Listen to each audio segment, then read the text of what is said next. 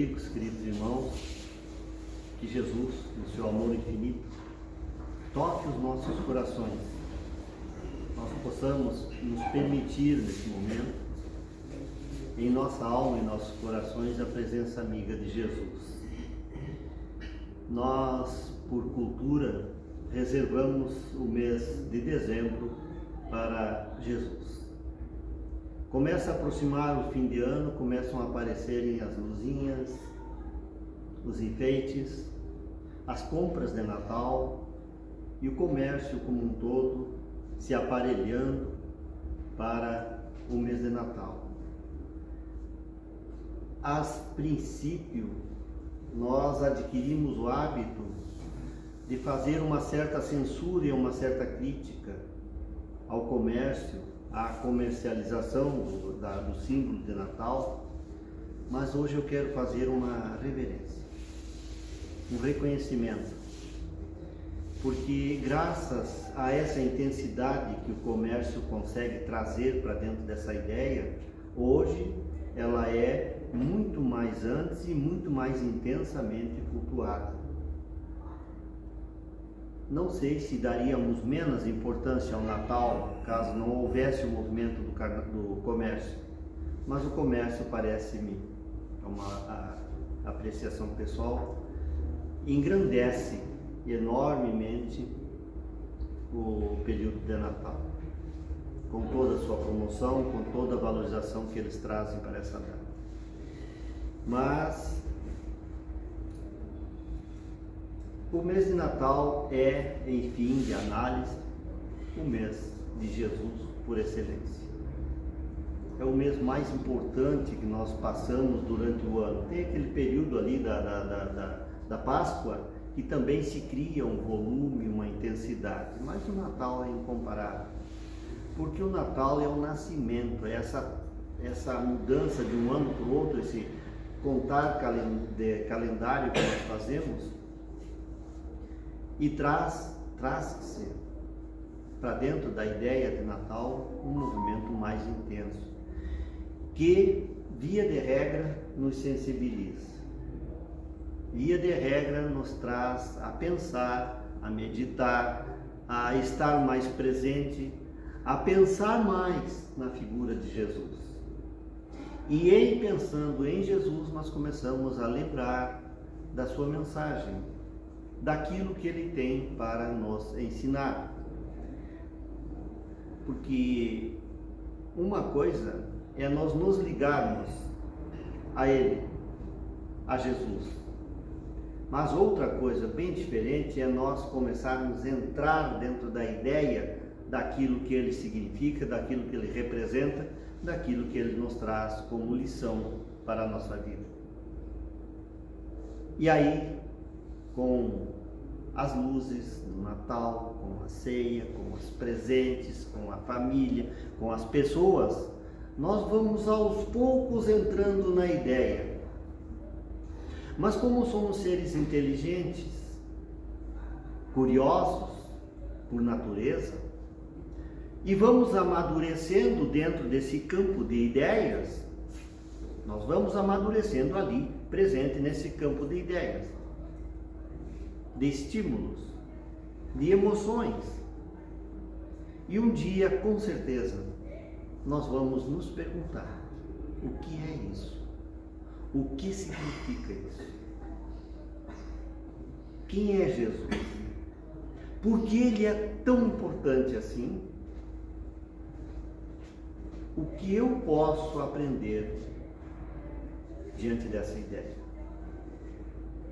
Então nós não podemos permitir que um mês de dezembro, ou que mais um mês de dezembro se passe por nós de forma indiferente. Vamos tentar fazer de nós criaturas já um pouco amadurecidas, que estamos começando a acordar. Acordar para a vida, para a espiritualidade, para a humanidade, humanidade nos dois sentidos.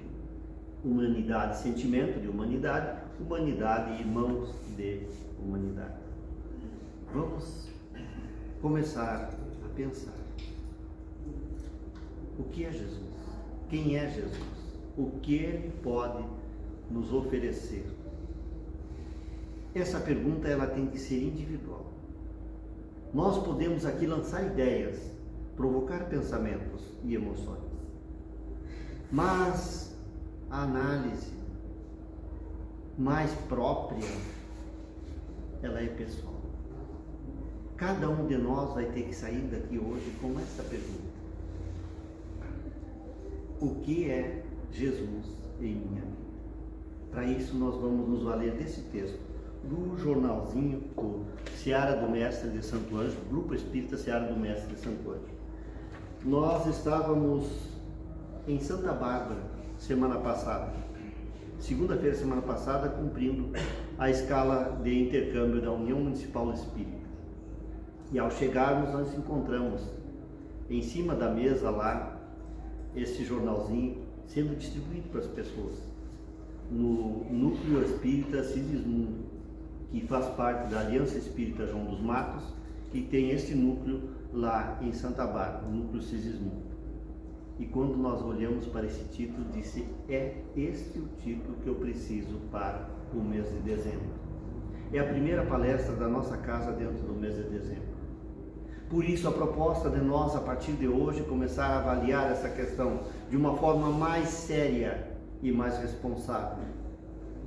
Porque ali está a mensagem de Jesus, pronta, íntegra, integral. Por que é que ainda não estamos nós outros nos servindo dela? Ela não veio para enfeitar livros, para coroar discursos, para ser enfeitada as paredes de alguns prédios, de algumas igrejas ou coisas assim. É algo que precisa ser entendido, portanto nós temos que trazer para dentro da nossa racionalidade. Jesus não é só coração, não é só alma, é também raciocínio e inteligência. E aqui eu vou fazer um entre parênteses, que eu achei muito interessante essa observação, numa fala da Anete Guimarães. A Anete Guimarães, ela puxa muito não, a expressão não está correta, puxa bastante para a observação nas suas palestras do lado científico das questões. E ela nos dizia que uma vez: vocês acham que o Evangelho de Jesus é retórica religiosa? Não. O Evangelho segundo o Espiritismo é um livro de retórica religiosa? Ela se referia ao livro Evangelho segundo o Espiritismo e dizia: não. É um livro científico de ponta a ponta. O Evangelho segundo o Espiritismo, no dizer de Anete Guimarães, palestrante espírita do Rio de Janeiro, filha da Ana Guimarães, que já esteve aqui, lá na década de 80, 90, já esteve aqui em Cruz Alta, umas 2 ou 3 vezes, uma criatura de uma beleza sem par. É daquelas criaturas que com poucas palavras mexe na alma da gente. E tem uma filha espírita, Anete Guimarães. Nós achamos ela com facilidade no YouTube. É só abrir o YouTube, Anete Guimarães, que nós encontraremos. Ela dizia: o Evangelho segundo o Espiritismo é ciência de ponta a ponta. E eu parei para observar e cheguei a esta conclusão: sim, o Evangelho segundo o Espiritismo nós podemos classificar como um livro científico de ciência, porque ele não nos ensina a rezar, a orar. Ele nos traz alguns exemplos de oração, como nós devemos nos portar, há alguns pontos que podem ser assim, e a interpretação dos evangelhos, de passagens do evangelho, de forma que se possa olhar para eles com proveito. Volta, fechando aspas. Encontramos então no jornal Seara Espírita do ano de, isto aqui é 27, né? Número 321, do Cleto Brutus, o texto Caminhando com Jesus. Partindo desta introdução dos evangelhos de Lucas: se alguém quer vir após mim, negue a si mesmo, tome a sua cruz a cada dia e segue, e siga. Aqui nós já temos bastante ideias presentes para que nós possamos parar e observar. Se alguém quer vir após mim, se quer. Jesus não arrastou ninguém. Ele apresentava a ideia e dava-nos a oportunidade de aceitar ou não.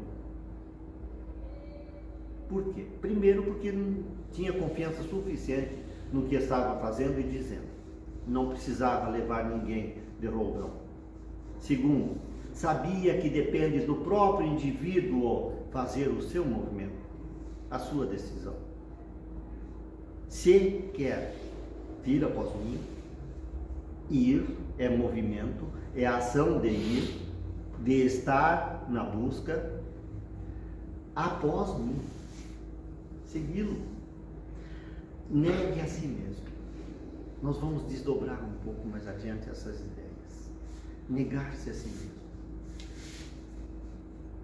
Porque nós temos um padrão de ideias com relação a nós mesmos, um conceito, e nós nos fechamos tanto nele e queremos tanto que seja como nós definimos, que paramos de observar o que realmente nós trazemos na alma.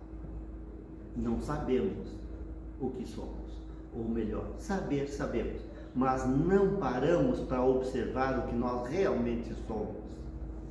Porque aquele conceito que eu tenho de mim, não foi expresso, mas eu tenho um conceito de mim, com certeza ele está incompleto. Porque existe uma área do meu ser, da minha psique, da minha alma, que eu prefiro nem enxergar porque eu não quero que ninguém veja. E é ali que estão os nossos problemas, as nossas indefinições, as nossas dúvidas, os nossos medos. E é quando aqueles elementos que lá estão começam a emergir, perdoe-me, mas são eles que nos trouxeram para o centro espírita. E eu nem estou falando de você, eu estou falando de mim. São aquelas ideias, aquelas coisas que eu tenho escondida lá, quando começaram a emergir, eu tive que apelar, porque era esse o meu conceito na época. Eu tive que apelar para o Santo Espírito. E ali, isso já há aproximadamente 40 anos, é que eu comecei a tentar encontrar um jeito de negar-me para que eu consiga descobrir o que eu preciso ser. Tome a sua cruz. Olhem só, outro detalhe interessante, já dito em outras oportunidades, mas que sempre convém nós repetirmos. Tome a sua cruz. Jesus não arrastou as nossas cruzes. Ele disse para nós, tome a tua cruz e segue. Isso aqui é muito importante. Quando nós nos damos por conta que o mestre dos mestres, aquele que deve nos servir como guia e modelo, não levou para nós. Ele disse, toma a tua cruz. Negue-se nesse conceito que você tem de si. Negue-se. Tome a sua cruz, coloque-a em ti e a traga contigo. Segui-lo não quer dizer abandonar as nossas dores, os nossos males, os nossos defeitos. É colocá-los no ombro e, por mais que machuque, levá-los conosco. Porque na verdade nós somos o somatório disso tudo. Caminhar com Jesus é uma jornada essencialmente espiritual. Essencialmente espiritual. Quando nós falamos assim, nós devemos seguir Jesus. Venha seguir Jesus. Aceite Jesus. Mas nós ficamos nessa parada, nessa ideia parada em nós. Precisamos dar o passo seguinte. ir ao encontro do que precisamos ser. Só que esta jornada de seguir Jesus não é caminhar com Ele como a gente agora fica imaginando aquela cena lá do seriado em que Jesus está andando e os seus discípulos o seguem. E se nós parar para pensar e calcular bem direitinho, nem todos os discípulos seguiram-no, embora seguissem-o. Não é? Caminhavam com ele deserto afora, mas nem todos, de alma, de espírito, seguiram. Então, quando houver a convocação para nós caminhar com Jesus, lembremos-nos, esta é uma jornada essencialmente espiritual. Eu não preciso abandonar nenhuma das minhas tarefas, das minhas obrigações, das minhas ocupações com o mundo, porque elas são do mundo. E esse seguir Jesus é essencialmente espiritual.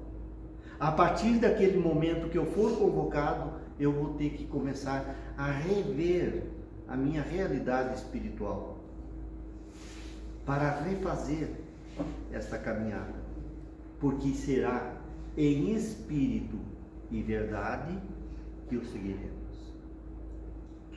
Eu não preciso abandonar a minha vida, as minhas companhias, as minhas relações, as minhas obrigações, as minhas profissões, as minhas tarefas. Pelo contrário, a partir do momento que eu começar a me renovar espiritualmente, eu vou cuidar melhor de todas essas coisas, das obrigações humanas,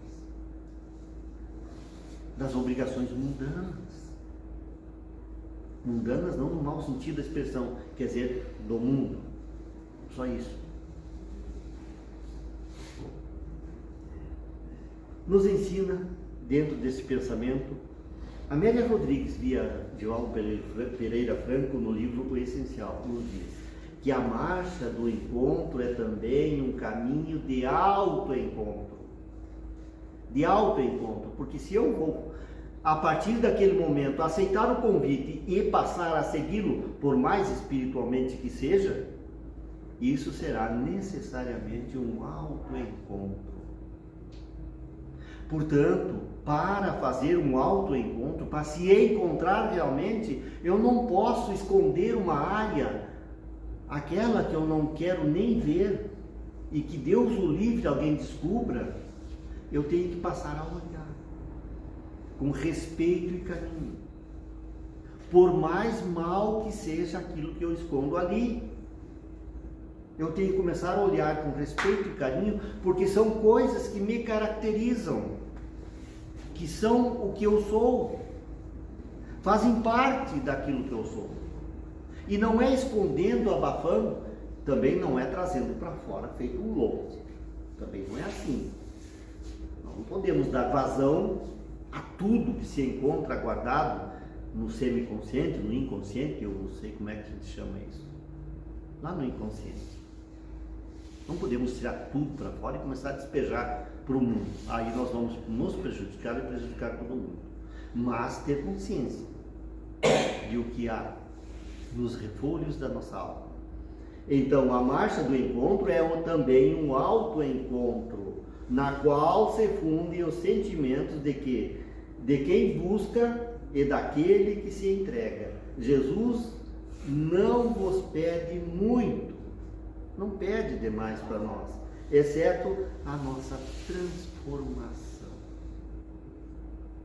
Como é que nós vamos transformar-nos se não temos consciência do que somos? Por isso a necessidade do autoencontro, da caminhada para dentro, para começar a entender o que somos, exceto a transformação melhor para a vida, para sermos melhor. Essa é a transformação que nós precisamos fazer. Mas como que nós vamos fazer um autoencontro sem o autoconhecimento? Negar a si mesmo. Negar-se. Já demos algumas ideias, mas vamos reforçar. É renunciar a interesses materialistas, tudo que afasta da natureza espiritual. É exatamente o que nós somos, o que nós temos, que nós precisamos mexer para que se desestabilize e a gente possa reconstruir a nossa interioridade sob novos conceitos. Então, negar-se é negar o que já está perfeito e estabelecido,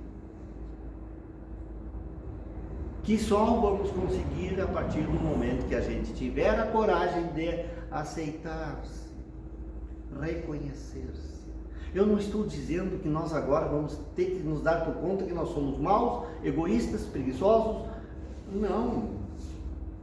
Não é essa a questão. É saber, ainda hoje, mais um entre parênteses, mas me perdi. Ainda hoje eu estava pensando que quando eu era um pouco mais jovem, bem pouco tempo atrás, portanto, em alguns momentos de extrema raiva, eu me surpreendi comigo mesmo e aprendi lá, pouco mais que guri, a prestar atenção na raiva que eu sentia, e porque eu tinha um medo enorme de fazer coisas das quais eu com certeza me arrependeria. E me dei por conta que no acesso de raiva eu não teria controle sobre mim e teria com certeza do que me arrepender. Isso é o que? Olhar para aquilo que nós reprovamos em nós, aceitar que ainda somos, ainda hoje eu me preocupo com isso, parar para olhar e saber que eu devo dominar enquanto é tempo, enquanto é possível, porque depois com certeza nós teremos do que nos arrepender, e arrepender-se é o melhor remédio para todo o mal que fizemos. Mas aí é que está o detalhe, o mal que fizemos. O arrependimento é muito bom, mas ele chega depois do erro. Então, qual é a receita? Não errar. Como que eu não vou errar se eu não paro para entender o que é que me tira do sério? O que é que me domina? E tratar de frear nesta área, sem perder o respeito por si mesmo. Saber que há, mas que aquilo também pode ser trabalhado, administrado, corrigido, iluminado. Então, negar-se, começamos por aí, renunciar a interesses materialistas, egoístas, vaidosos e assim por diante. Que ainda trazemos, é verdade. Não é uma má notícia, é uma notícia, só isso. Nós ainda temos resquícios de maldade, nós ainda temos resquícios de egoísmo, de vaidade, e que se a gente souber onde é que está e como trabalhar com isso, nós já estamos no caminho certo. É tudo que nos afasta da nossa espiritualidade, da nossa natureza espiritual. Tudo isso nós temos que ter consciência. É converter o orgulho e o egoísmo ainda dominante em nós, em humildade e altruísmo. Porque a receita é essa. É transformar o problema no antagônico, no contrário a esse sentimento, tratar de criar a virtude contrária, que vai anular esse sentimento. O orgulho, qual é a antítese do orgulho? A humildade. A antítese da raiva? A paciência. A compreensão. Então, fazer esse exercício de converter essas coisas que a gente descobre que ainda há e transformá-las numa virtude contrária. Como o altruísmo, por exemplo, que é pensar no outro, na questão do outro, como ele precisa que a gente trabalhe essa questão. É o esquecimento de si mesmo em benefício da causa do Cristo, que é a regeneração da humanidade. Essa é a causa de Jesus, a regeneração da humanidade, a descoberta da nossa espiritualidade e como chegar a esse processo de espiritualização. O reino de Deus, tanto prometido por Ele, não é outra coisa, é o mesmo nome do que nós chamamos hoje de espiritualizar-se, de tornar-se mais espiritual, melhor colocado diante da sua própria espiritualidade. É o conhecimento das leis divinas e o cumprir. O esquecimento de si mesmo quer dizer negar a si mesmo. Tomar a cruz. Tomar a cruz sobre os próprios ombros. Simboliza o mal, a cruz, né, vai simbolizar o mal que ainda demora em nós. Que ainda demora. Aliás, se fôssemos anjos, talvez nem encarnados mais estaríamos. Nós estamos ainda reencarnando porque ainda temos o que aprender, o que burilar aqui em nós. Por isso nós precisamos estar aqui. E que bom que haja centros espíritas ao alcance da gente, para que nós possamos começar esse processo. Que nos apoie, que nos ensine, que nos fortaleça. Porque se nós parar para pensar, ainda há um pouco de maldade em nós. E que precisamos vencer. E que não temos força suficiente ainda para fazer isso sozinho. Por isso precisamos unir as nossas mãos, nos unirmos para vencer. As imperfeições que não foram superadas e ainda existem, elas ainda existem. Os erros que precisam ser resgatados e corrigidos, tudo isso nós temos que saber perceber e começar a trabalhar. Hoje nós vamos fazer necessariamente um mergulho para dentro, para entender como que nós vamos fazer a nossa caminhada com Jesus. Representa os desafios para todos os que se vinculam a um planeta de provas e expiações. E essa talvez seja uma notícia, às vezes, um tanto quanto amarga para nós. Nos darmos por conta que ainda somos reencarnantes, em um mundo de provas e expiações. Por quê? Porque ainda temos provas a cumprir, expiações a expungir.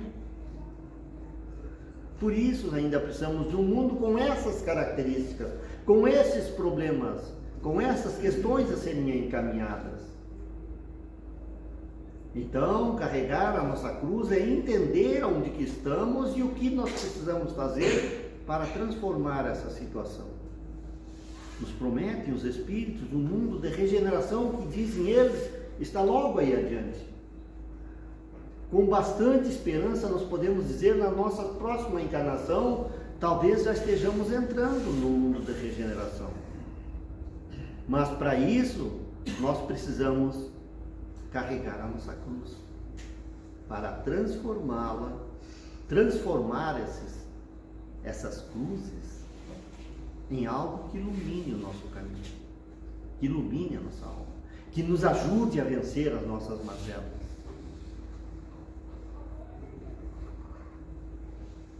Carregar a cruz é enfrentar as convivências difíceis com tolerância, paciência e perdão. As convivências. As nossas convivências. Como nós trazemos questões difíceis e às vezes dentro de casa. E que nós não sabemos mais o que fazer. Mas é necessário carregar essa cruz também. Ela faz parte de nós. Imagine uma mãe com os anos andados, quase vencendo já etapas.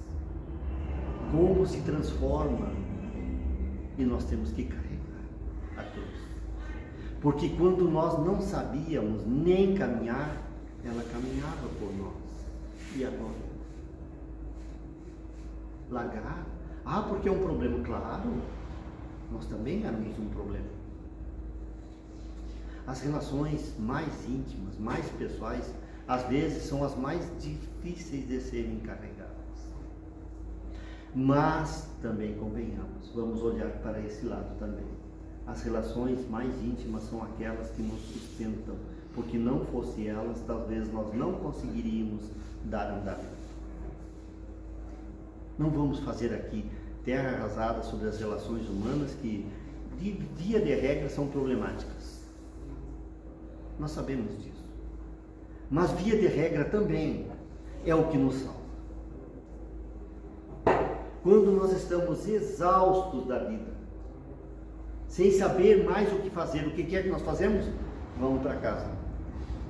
Vamos para dentro do nosso lar, das minhas pessoas, e ali eu me reconforto, eu me reergo, eu me reharmonizo e me fortaleço para a vida, que não é fácil, mas precisa ser vivida. Precisa ser vivida assim, de uma ponta até outra. Carregar todas as cruzes, porque não adianta, se nós abandonarmos, nós vamos ter que voltar buscar. Existe uma historinha de redes sociais que agora faz isso que não se vê, de alguém que achou muito pesado e cortou na metade para conseguir carregar a sua cruz. Desenhinho, com a cruzinha, com tudo, cortou na metade para ficar mais leve e conseguir carregar. Chegando lá no seu destino, o que acontece? Teve que voltar e buscar a outra metade, porque não alcançava o outro lado do precipício. E era só a cruz completa para alcançar o outro lado do precipício e continuar a jornada. Se nós deixarmos para trás, queridos irmãos, se nós deixarmos as nossas cruzes para trás, nós vamos precisar voltar a buscá-las. Isso quer dizer o quê? Reencarnar. Reencarnar para que encontremos de novo aquela cruz e possamos levá-la à frente. Jesus sempre esteve conosco, nunca nos abandonou. Aqueles irmãos nossos que ainda estiverem esperando por Jesus, a notícia: ele não vai vir, porque vem é quem não está, mas ele está. Porque infelizmente, nós, aqui mais um entre parênteses, me perdoem, mas vá lá. Infelizmente, tem alguns irmãos nossos de humanidade que esperam ainda a volta de Jesus física. A volta física de Jesus. Isso eles não vão conseguir. Mas vá lá, fecha parênteses. Jesus sempre esteve conosco. Onde se encontrarem dois ou mais em meu nome, ali eu estarei. E acredito que se individualmente, somente você fizer essa ponte mental, espiritual com ele, ele estará presente sim. Ele apenas quis estimular a união, quando disse dois ou mais. Mas individualmente nós podemos contatá-lo? Sim. Então ele sempre esteve conosco. Mas as distrações do mundo, os interesses, as tentações, obstruem a nossa visão espiritual. E nós não conseguimos ver, não conseguimos sentir a presença de Jesus junto a nós. Ainda esperamos que o Cristo venha resolver as nossas questões. Ai, que triste! Como nós imaginamos aqui, mais um entre parênteses, o meu menino, agora já não é mais menino, está com quase 30, grande, barbado, bem maior que eu fisicamente. Mas quando menino, ele faz, nós ensinando ele a fazer as orações. E ele dizia, e me dá uma bicicleta. Dentro das bênçãos que ele pedia, ele incluía uma bicicleta. Não ganhou, pelo menos não de Jesus, não ganhou a bicicleta. Mas essa era só uma historieta bonita para ilustrar que nós ainda estamos esperando que Jesus resolva os nossos problemas do mundo. Nós vamos precisar continuar a nossa profissão até o fim. Lá depois da nossa profissão nós vamos continuar trabalhando sim. Tá? Porque são coisas do mundo e que só no mundo nós vamos resolvê-las. Como disse, a caminhada com Jesus é inteiramente, essencialmente espiritual. Então, nós ainda esperamos que o Cristo venha resolver as nossas questões materiais. Essas somos nós que vamos resolver. talvez não seja uma boa notícia para alguém, mas esta é a realidade. As nossas questões do mundo, as nossas questões materiais, inclusive as de saúde, nós é que temos que resolver com a nossa medicina. Claro que ali vem a questão espiritual e a nossa postura diante disso tudo, que é uma postura espiritual, vai fazer a diferença, sim. Mas as questões materiais não vão nos vir pronta da espiritualidade de Deus, do Papa, do Cristo, do bispo, do pastor ou do médium espírita. Não. As questões materiais nós temos que resolvê-las e deixar para o espírito as questões espirituais. Desejamos que esteja conosco, mas não abrimos espaço na mente e no coração para que ele chegue até nós. Desejamos a presença de Jesus, desejamos caminhar com ele, mas não abrimos a nossa mente para isto. Mas aqui está a oportunidade de começar neste novo dezembro, de pensar em Jesus, o que ele é, o que ele significa, o que ele ensina, como chegar até ele, como caminhar com ele. Abrir a mente e o coração para esta possibilidade. No livro O Encontro com o Mestre, que nós temos um único exemplar aí na frente ainda, Mascarenhas, Felipe Mascarenhas e o Vinícius de Lima Lousado, da editora Feres, no seu capítulo 3, Ser Luz, nos diz: em todos os tempos o cristão é chamado a assumir a responsabilidade de transmitir ao mundo a luz de uma vida baseada no amor ao próximo, no perdão, na solidariedade, na fraternidade, na compaixão, na certeza de que a vida prossegue em planos transcendentes a este aí que nós estamos estagiando. Todos os cristãos estão sendo chamados à sua responsabilidade, porque nós não evoluímos sozinhos. Nosso discurso é sempre que nós temos que resolver as nossas questões pessoais, e eu posso evoluir ou não. E agora eu disse o contrário, nós não evoluímos sem os outros. Portanto, a nossa parcela de contribuição precisa ser feita. A nossa parcela de contribuição para com todos que convivem conosco, encarnados e desencarnados. Porque lembre-se, a nossa família não se restringe a esse grupo que está encarnado no nosso entorno. Não. Ela é muito mais ampla. E bem provavelmente do outro lado da vida, no mundo espiritual, ela seja ainda mais ampla do que a daqui. E todos convivem conosco no mesmo plano de evolução. Todos somos chamados à responsabilidade de transmitir a luz do mundo, de uma vida baseada no amor ao próximo, na compreensão, na paixão, no compromisso com o outro, na certeza de que nós estamos em contato permanente com esse outro plano de vida. É dentro onde devemos travar a grande batalha para reconstruir o rei, para construir em nós, reconstruir se ele já tivesse estado presente. Estamos apenas descobrindo o que há em nós. Então estamos construindo, na verdade. Então é dentro. É nesse mergulho interior para nós descobrirmos os caminhos que nos levam ao Mestre Jesus, a construir o reino de Deus, construir o reino de Deus dentro da nossa alma. Emmanuel, no livro Mãos Unidas, que esse é bem mais do que temos alguns exemplares ali ainda. Lá no seu capítulo 36, que há 2, 3 semanas atrás, no domingo, nós trouxemos esse mesmo capítulo, capítulo 36. E líamos o início do capítulo. Agora hoje nós trazemos o último parágrafo desse capítulo número 36, entendimento com Jesus. Vejam o que nos diz lá no último parágrafo do capítulo 36. Não alegues desconhecer o que Jesus pretende de ti.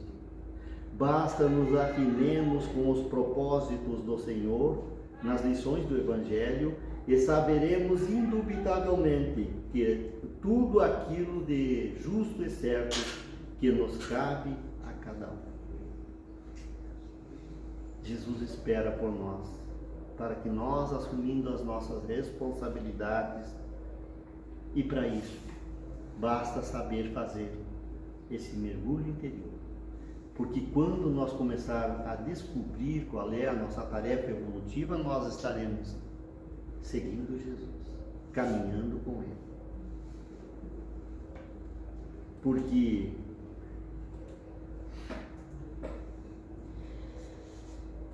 eu sou o caminho, a verdade e a vida.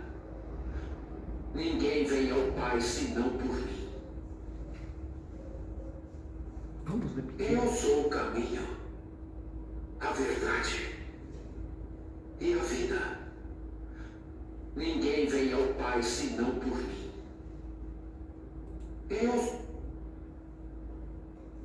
Queridos irmãos, aceitemos o convite, porque Ele é o caminho, a verdade e a vida. Portanto, enfileiremos-nos naqueles que realmente o seguem e nos unamos em prece.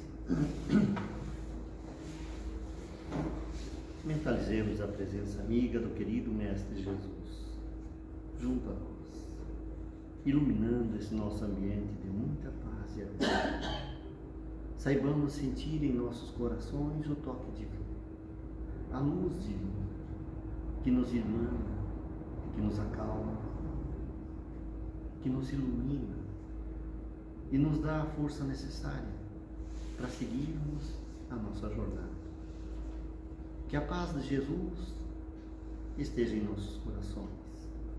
E essa mesma energia, essa mesma paz, essa mesma luz, possamos enviar aos nossos lares, a todos que nos aguardam, uma mensagem de esperança e fé.